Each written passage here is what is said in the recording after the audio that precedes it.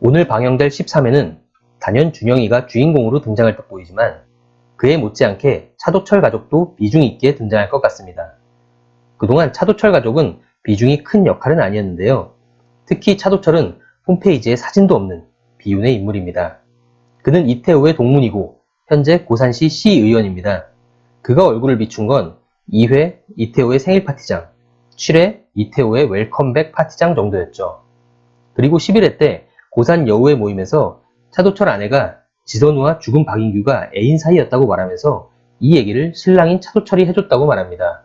이어 12회에서 이태호를 찾아와선 후원회장을 맡아달라고 부탁하며 조금씩 얼굴을 드러냅니다.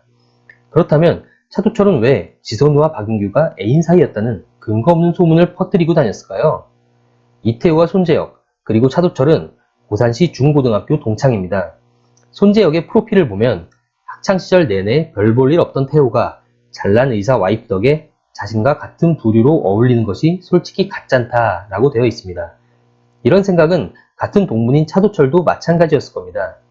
학창시절부터 공부 열심히 해서 회계사와 시의원이 된 그들 눈엔 변변한 직업도 없이 지내다가 지선우를 만나 지원받고 엔터회사 사장 자리에 앉아있는 이태호가 얼마나 가짠게 보일까요?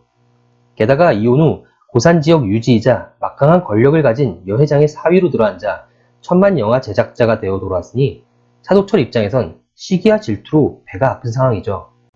이런 상황은 와이프나 자녀에게도 고스란히 전해져서 차도철의 아내 그리고 아들 차혜강도 지선우와 준영이에게 똑같은 시기와 질투심을 느끼게 됩니다. 그런 와중에 지선우가 박인규 사망 사건에 연루되면서 차도철 가족에겐 이들을 깎아내릴 좋은 떡밥이 생기게 된 겁니다.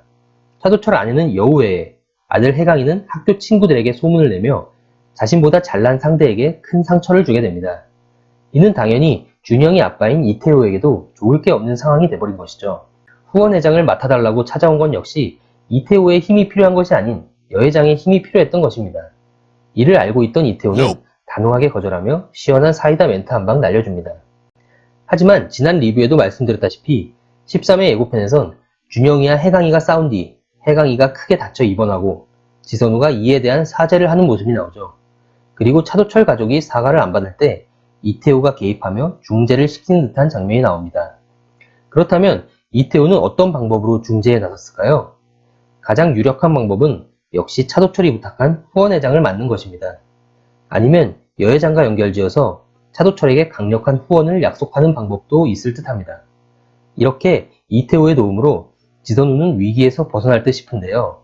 지선우는 이태호가 아들을 위해 또 자신을 위해 백방으로 노력하는 모습을 보며 그에 대한 감정이 다시 타오르는 동시에 이태호에게 아들을 맡기고 고산을 떠나도 되겠다는 결심을 굳게 세울 것으로 보입니다. 개인적으로는 차도철 가족에게 지선우가 시원한 사이다 한 방 날려줬으면 했는데 그런 장면은 안 나올 것 같아서 아쉽고요. 대신 준영이가 혜강이에게 화끈한 원펀치 3 강냉이를 선사해줬으면 합니다. 저는 내일 13회 리뷰로 다시 돌아오겠습니다. 다음 리뷰도 기대해주세요.